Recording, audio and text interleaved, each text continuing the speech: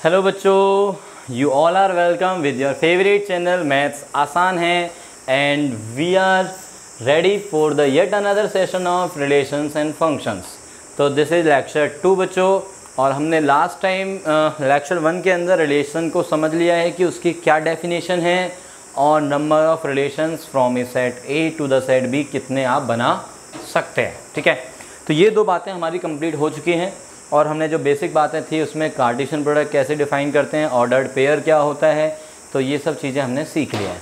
तो चलिए let's start with example, जो हमारा लास्ट क्लास में रह गया था अधूरा, तो वहीं से आज हम स्टार्ट कर रहे हैं। तो हमारे पास क्या है कि दो सेट्स दिए हुए हैं 1 2 3 4 और दूसरा सेट मैंने लिया है 2 3 5 4 और मैं एक रिलेशन डिफाइन कर रहा हूँ R from A to B. अच्छा, एक और बात, जब हम relation from R A to B कहते हैं तो इसको हम एक नोटेशन दे सकते हैं। क्या नोटेशन दे देते हैं? R is a relation from A to B, ऐसे भी लिखा जा सकता है इसको, relation from A to B. तो जो आर रिलेशन है, क्योंकि आर जो रिलेशन है वो एक सबसेट होने वाला है। किसका सबसेट? ए क्रॉस बी का। तो इसमें वो सभी पेयर्स हैं x comma y such that, अब कंडीशन डाल रहे हैं रिलेशन के लिए कि x जो है वो a में है, y जो है वो b में है and x is divisible by y। ठीक है, ये कंडीशन मैंने डाल दिया है। आर रिलेशन में सिर्फ वो पेयर्स होंगे जिन पेयर्स का फर्स्ट कंपोनेंट a में होगा, सेकंड कंपोनेंट जो y है वो b में होगा एंड फर्स्ट कंपोनेंट जो x है that must be divisible by the second component y। तो ऐसे सच पेयर्स जो भी होंगे वो देखने हैं। तो सिंपली आप ऐसे देख सकते हो कि भाई यहाँ पे मेरे पास 1 2 3 4 है और यहाँ मेरे पास है 2 3 4 5। ये ए सेट है और ये बी सेट है। ये जितने भी एलिमेंट है बेटा, ये वाले जितने भी एलिमेंट, इन सभी का नाम एक्स है, इन सभी का नाम वाई है।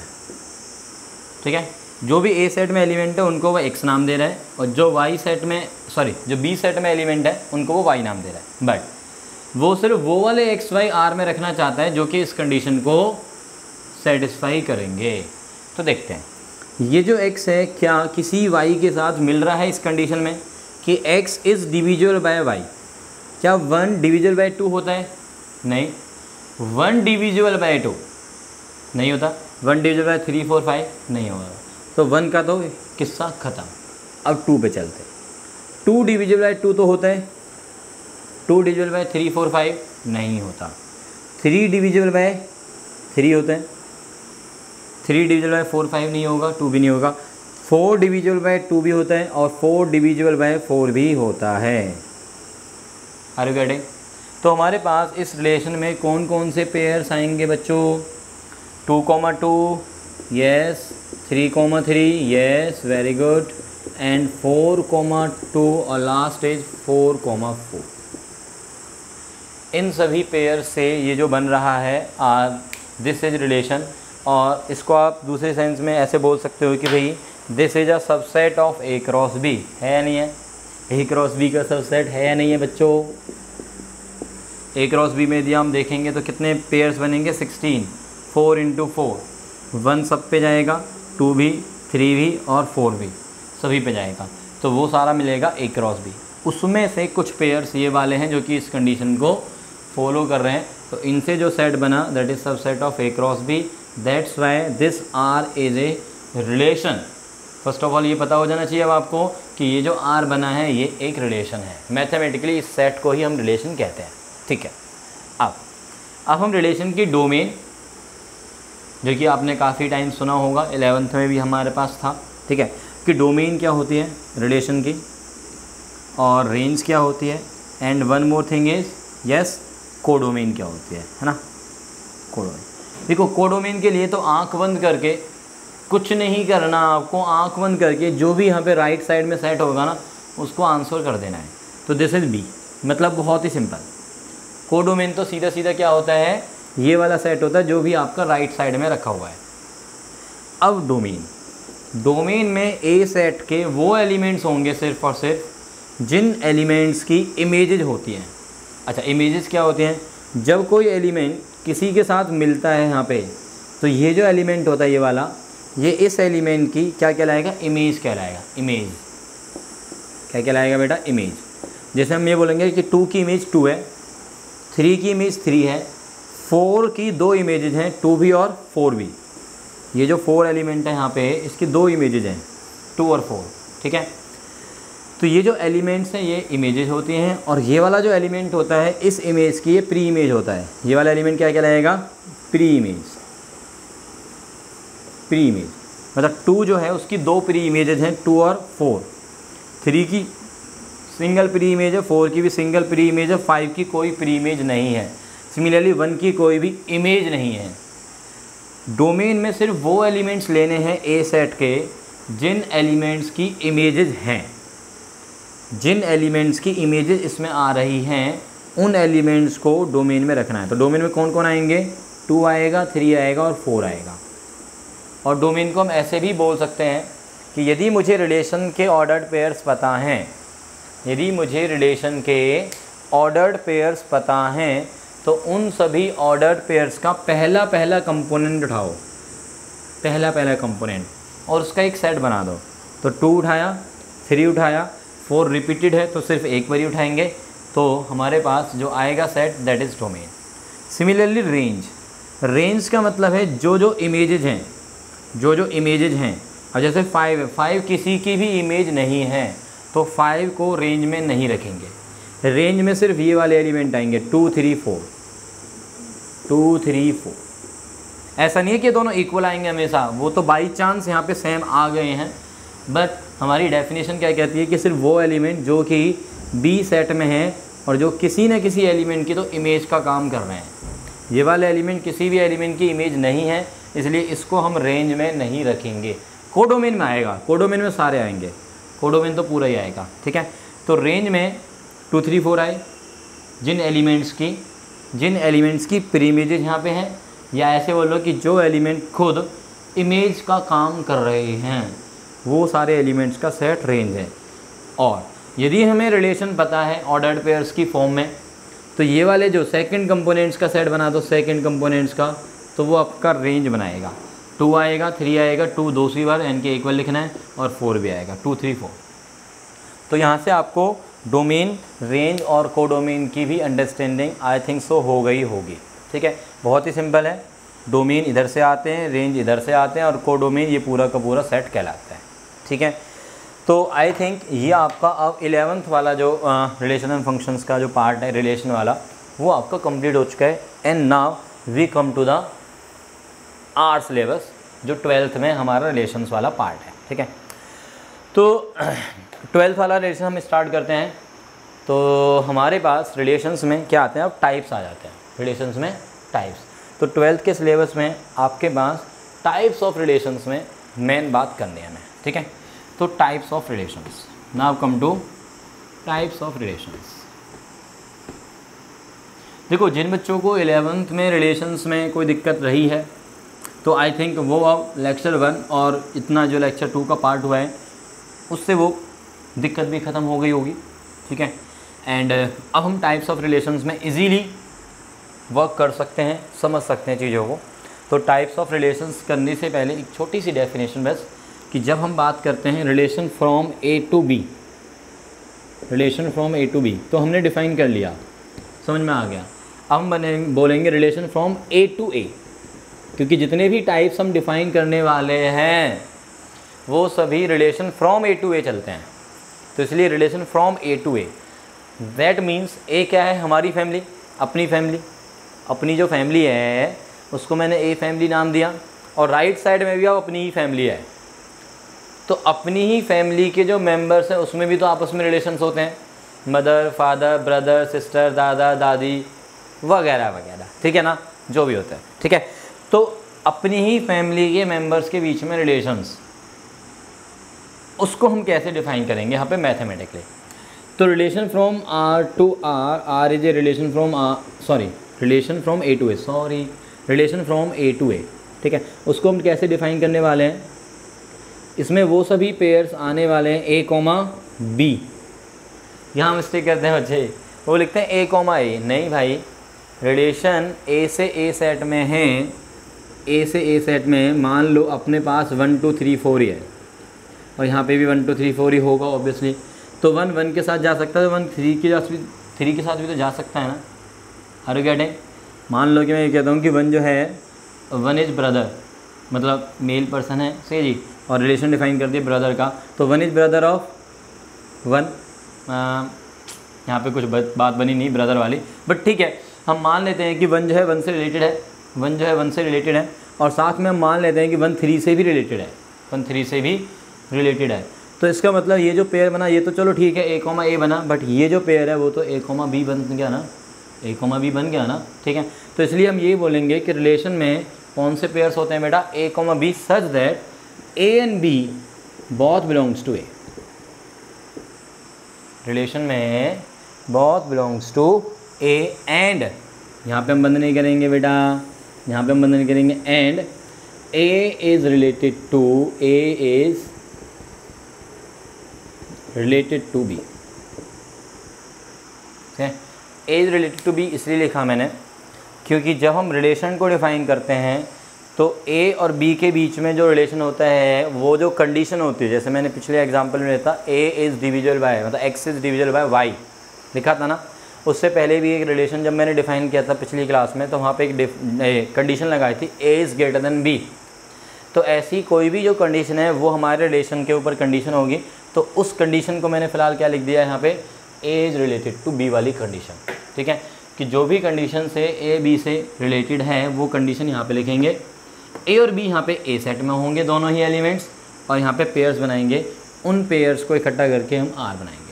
तो दैट R ऑब्वियसली अब किसका सबसेट होगा बेटा, A क्रॉस B। B कौन है यहाँ पे, A। या सिंपली आप ऐसे देखो कि जब हम relation from A to B define करते हैं, relation from A to B, तो हम बोलते हैं कि A, B such that A में है और B B में है। अब ऐसे बोलोगे क्योंकि A से A में, B जो सेट है वो तो A है, तो आप बोलोगे A, B such that A में है एंड B जो है वो भी A में है, तो A एंड B दोनों A में हो गए, एंड विद द कंडीशन कि A रिलेटेड टू B वाली कोई कंडीशन होगी। अच्छा, ये जो कंडीशन है बेटा A रिलेटेड टू B, इसको लिखने के लिए एक नोटेशन है अपने पास, इसको हम ऐसे भी लिखते हैं ARB। ARB का मतलब है कि A is related to B।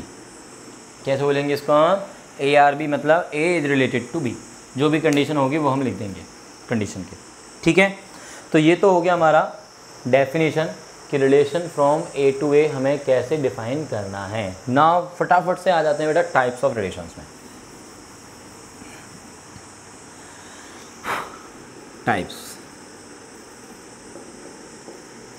Types of relation. सबसे पहले आइडेंटिटी रिलेशन क्या होता है।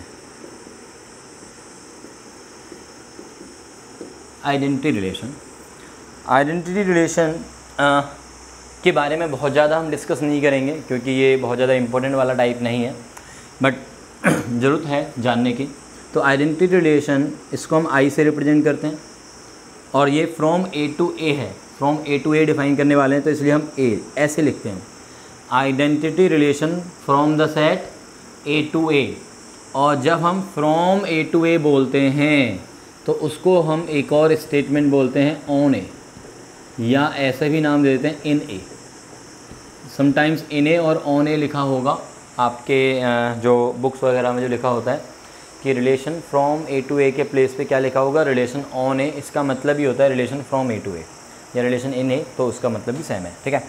तो आइडेंटिटी रिलेशन जो भी है, रिलेशन आर की जगह हम क्या नाम देंगे, आई, फ्रॉम A टू A। इसमें वो सभी पेयर्स होते हैं जिन पेयर्स के जो एलिमेंट है वो A, A टाइप के होंगे, such that A belongs to A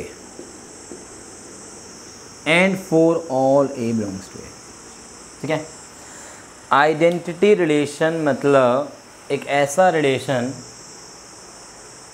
जिसके अंडर उस रिलेशन के under every element of the set A is related to itself only. तो इसको हम ऐसे डिफाइन करते हैं, identity it is relation from A to A, identity relation is a relation from A to A through which in which every element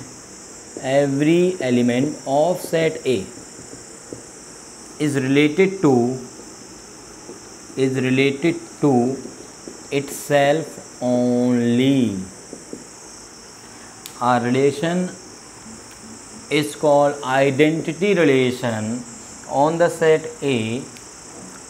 A relation from A to A या on A is called identity relation if every element of the set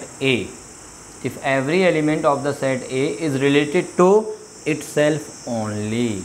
मतलब देखो दो बातें आ गई, एक तो आ गया every element वाली बात, ठीक है, और एक हो गया related to itself only. A set का हर एलिमेंट अपने साथ रिलेटेड हो और साथ के साथ क्या हो, सिर्फ और सिर्फ अपने ही साथ रिलेटेड होना चाहिए, किसी और के साथ रिलेटेड नहीं होना चाहिए। जैसे कि एक एग्जांपल के थ्रू समझाता हूँ।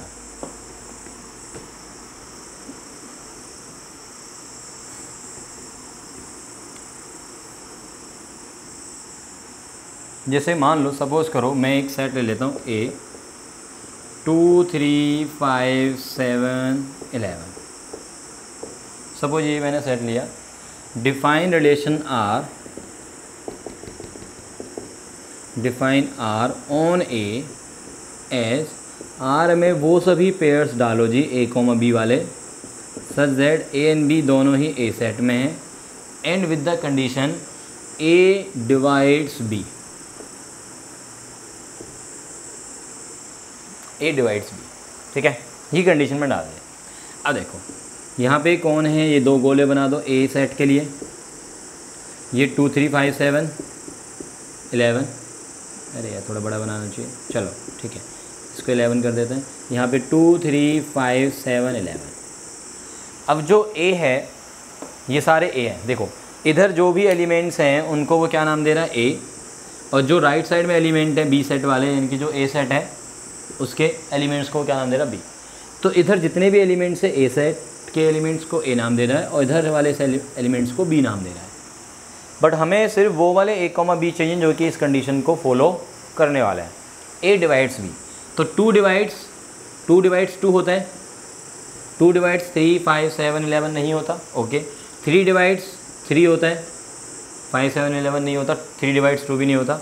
5 डिवाइड्स 5 होता है, 7 डिवाइड्स 7 होता है और 11 डिवाइड्स 11 भी होता है बच्चों।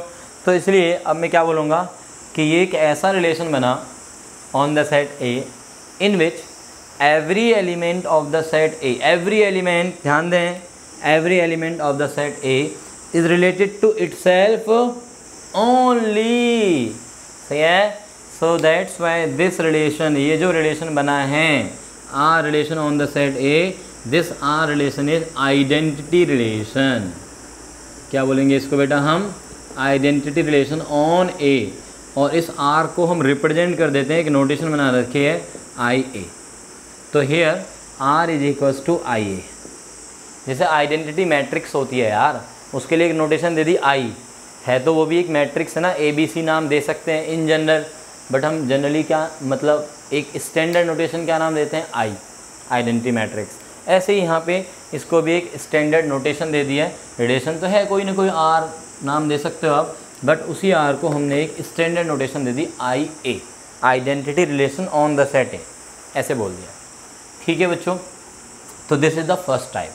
तो इसके बारे में ज़्यादा हमें डिस्कस नहीं करना। अब हम जो सेकंड टाइप है, जो कि बहुत ही ज़्यादा इम्पोर्टेंट टाइप है, उस पर हम अच्छी खासी चर्चा करने वाले हैं। ठीक है, तो चलिए, तो second type and the most important one, जो आगे आने वाले 3 टाइप्स हैं वो सारे ही इम्पोर्टेंट हैं।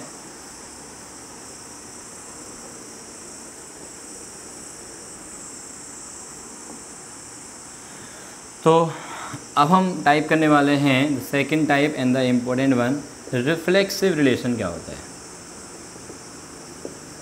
What is called reflexive relation.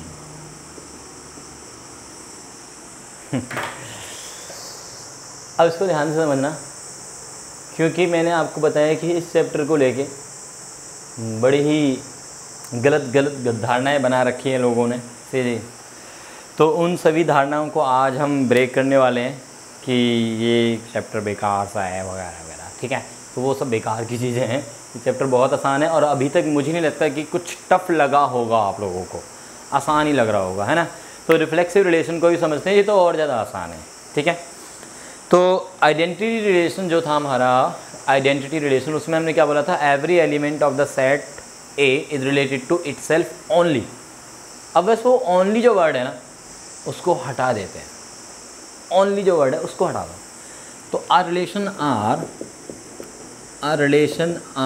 On set A, on set A से मतलब समझ गए यार, ए सेट से ए सेट में जाएंगे, रिलेशन को डिफाइन कर रहे हैं। On set A is called reflexive, is called reflexive if every element of set A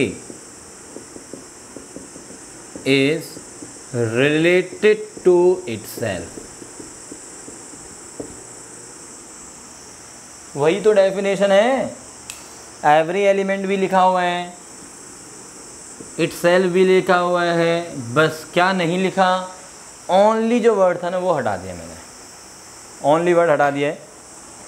तो इट मीन्स यहाँ जो एलिमेंट है वो अपने साथ रिलेटेड होना तो ज़रूरी है। Every element of the set A is related to itself. Set A का हर एक एलिमेंट रिलेटेड होना चाहिए अपने आप के साथ। बट अब हमें ये नहीं बोला कि वो सिर्फ अपने आप के साथ रिलेटेड होना चाहिए, अपने साथ रिलेट होना ज़रूरी है, उसकी डेफिनेशन यहीं पे ख़त्म हो जाती है। बट यदि वो किसी और के साथ भी रिलेट हो रहा है तो हमें कोई प्रॉब्लम नहीं है, हमें कोई प्रॉब्लम नहीं है, ठीक है। एक एग्जांपल समझाता हूँ यार, एक एग्जांपल। सपोज करो कोई भी पर्सन मान लेते हैं हम, ठीक है। कोई पर्सन है, ए नाम दे देता हूँ मैं उस पर्सन को, किसी का नाम लेना सही नहीं होगा, ठीक है। तो ए नाम दे देता हूँ, पर्सन है कोई, सम पर्सन, क्या नाम है उसका, ए नाम है। अब जो ए है, कोई भी पर्सन ए है, मेल पर्सन बोल देता हूँ मैं इसको, ठीक है। अब मैं उसको किस कंडीशन में ये बोलूँगा कि वो मैरिड है, किस कंडीशन में मैरिड बोलूँगा भाई, तो उसकी मैरिज हो जाएगी तभी बोलूँगा, या ऐसे बोल लो कि उसकी वाइफ है एक तो उसकी वाइफ है, ठीक है, उसकी वाइफ है तो मैं बोलूँगा कि वो मैरिड है। और मैं जानता हूँ, सपोज़ कर लो कि मैं उसे जानता हूँ या आप उसे जानते हो, आपका फ्रेंड मान लेते हैं, ठीक है। ए नाम का आपका एक फ्रेंड है, मेल, ठीक है, और वो मैरिड है, आप जानते हो उसको, अच्छे से जानते हो वो मैरिड है। बट अब सपोज़ करो, ऐसा मान लेते हैं, से अपने ऊपर मत लेना इन चीज़ों को, डोंट माइंड इट, मान लेते हैं कि वो जो ए है ना उसका कहीं अफेयर भी है, सपोज ऐसा कर लेते हैं, उसका एक अफेयर भी है कहीं और, आफ्टर मैरिज ऑल्सो, ठीक है। तो अब मैं बोल रहा हूँ कि क्या आप उसको ये कहोगे कि वो मैरिड है नहीं है। देखो, अपनी जो वाइफ है उसके साथ तो जो रिलेशन है, वाइफ हस्बैंड वाला जो रिलेशन हो जाता है, मतलब जहाँ पे मैरिड वाली बात आ जाती है, तो मैरिड तो है ही है। बट साथ में यदि उसका अफेयर है तो भी आप बोलोगे या नहीं बोलोगे कि वो मैरिड है या नहीं है, बोलोगे ना मैरिड है, यस बोलोगे। बट आपका कोई बी फ्रेंड है, उसकी मैरिज नहीं हुई, ऑफिशियली मैरिड नहीं है, बट उसका 2-3 गर्लफ्रेंड्स हैं, 2 से 3 मान लेते हैं, कुछ भी मान लो, ठीक है, और सिर्फ अफेयर्स हैं, मतलब गर्लफ्रेंड्स हैं उसके पास, ठीक है। तो क्या आप उसको बोलोगे कि भाई वो मैरिड है, क्या बोलोगे, नहीं है, मतलब वो 2, 3, 4, 5 जितनी मर्जी गर्लफ्रेंड्स बना ले, बट उसको हम मैरिड नहीं बोलेंगे। बट इस केस में यदि उसकी मैरिज हो चुकी है और उसके बाद भी यदि उसकी गर्लफ्रेंड्स हैं, अफेयर्स हैं, तो भी हम बोलेंगे कि मैरिड है।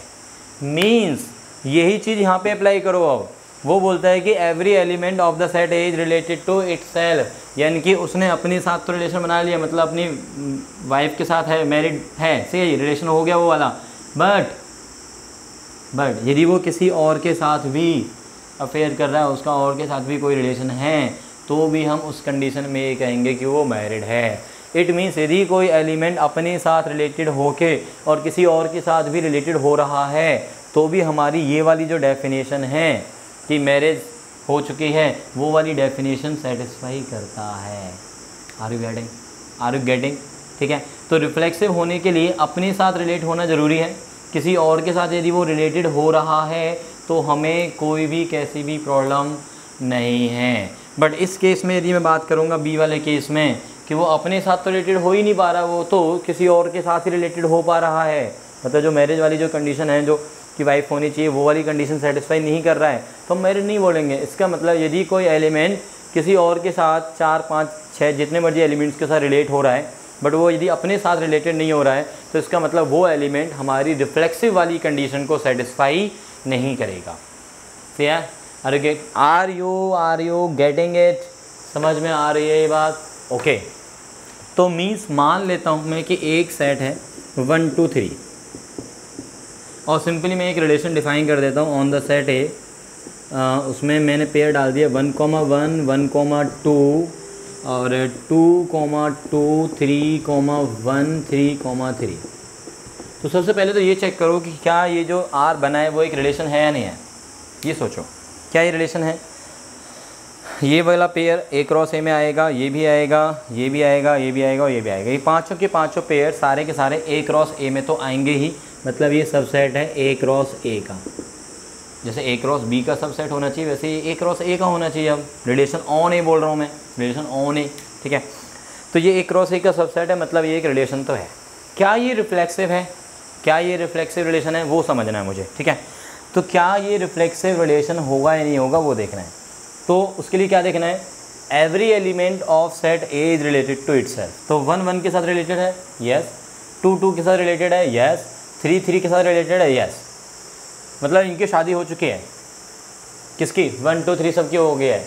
बट अब इसमें देखो जो 1 है, जो 1 है उसका अफेयर भी है, 1 2 के साथ भी रिलेटेड है। तो हमारी मैरिज वाली जो कंडीशन है उसको तो सेटिस्फाई कर गया ना वो। अब कहीं और भी रिलेशन है तो हमें कोई दिक्कत नहीं है, हमारा वन जो है वो मैरिड तो कहलाएगा, मतलब रिफ्लेक्सिव वाली कंडीशन को तो फॉलो कर गया, ठीक है। अब 2 जो है वो सिर्फ अपने साथ रिलेटेड, किसी और के साथ नहीं है, बिल्कुल शरीफ बंद है, ठीक है। तो भी रिफ्लेक्सिव की कंडीशन को सेटिस्फाई कर गया। 3 जो है 3 के साथ तो रिलेटेड है बट 1 के साथ भी रिलेटेड है, इसका मतलब वो भी किसी और के साथ रिलेटेड हो गया, मीन्स बट हमारी मैरिड वाली कंडीशन यानी कि जो रिफ्लेक्सिव वाली कंडीशन है उसको सेटिस्फाई कर गया है। Are you all getting? तो इसका मतलब ये रिलेशन रिफ्लेक्सिव है, आर इज रिफ्लेक्सिव। बट यदि मैं ये कहूँ कि आइडेंटिटी रिलेशन है या नहीं है ये, तो this is not an identity relation. Identity relation में सिर्फ और सिर्फ अपने साथ रिलेटेड होना चाहिए, किसी और के साथ रिलेटेड होना अलाउड नहीं है आइडेंटिटी रिलेशन में। इसका मतलब मैं ये कह सकता हूँ कि यदि ये वाले रिलेशंस आइडेंटिटी रिलेशंस को डिफ़ाइन कर रहे हैं, इसके अंदर जितने भी रिलेशंस बन रहे हैं वो आइडेंटिटी हैं, तो यहाँ पे रिफ्लेक्सिव रिलेशंस होंगे। मतलब यदि कोई भी आइडेंटिटी रिलेशन है तो वो रिफ्लेक्सिव तो हो गया, क्यों, क्योंकि every element is related to itself तो मिल गया यदि वो आइडेंटिटी रिलेशन है। बट यदि वो रिफ्लेक्सिव है तो ज़रूरी नहीं है कि वो आइडेंटिटी हो। जैसे कि यहाँ पे मैं देख रहा हूँ कि ये वाला रिलेशन रिफ्लेक्सिव तो है बट वो आइडेंटिटी रिलेशन नहीं है। तो every identity relation is reflexive but not conversely, but not conversely. समझ में आ गया बच्चों? तो सिर्फ हमें क्या देखना है कि हर एलिमेंट, सेट का हर एलिमेंट अपने साथ रिलेटेड हो रहा है या नहीं हो रहा। अपने साथ रिलेटेड हो गया, काम ख़त्म, किसी और के साथ हो रहा है तो भी हमें कोई दिक्कत नहीं है, और नहीं भी हो रहा है तो भी हमें कोई दिक्कत नहीं है, ठीक है। सिर्फ अपने साथ होना ज़रूरी है। 1 1 के साथ, 2 2 के साथ, 3 3 के साथ, और किसी के साथ वो बाहर में जाए, हमें कोई परवाह उसकी नहीं करनी रिफ्लेक्सिव होने के लिए, ठीक। समझ में आया है? ओके, तो ऑल राइट बच्चों, आगे बढ़ते हैं हम और एग्जांपल्स। अभी हम रिफ्लेक्सिव को ही पकड़ के रखेंगे और इसके एग्जांपल्स पे थोड़ा सा और काम करेंगे, ठीक। अभी जो हम देख रहे हैं ना बेटा एग्जांपल, ये काफ़ी आसान है। क्यों आसान है? क्योंकि हमारे जो सेट्स हम यूज कर रहे हैं ना वो सारे के सारे फाइनाइट सेट यूज़ कर रहे हैं। अब मैं आपको ले जाने वाला हूँ इन्फाइनाइट सेट के एग्जाम्पल पे, ठीक है। तो एक इन्फाइनाइट सेट वाला एग्जाम्पल लेते हैं।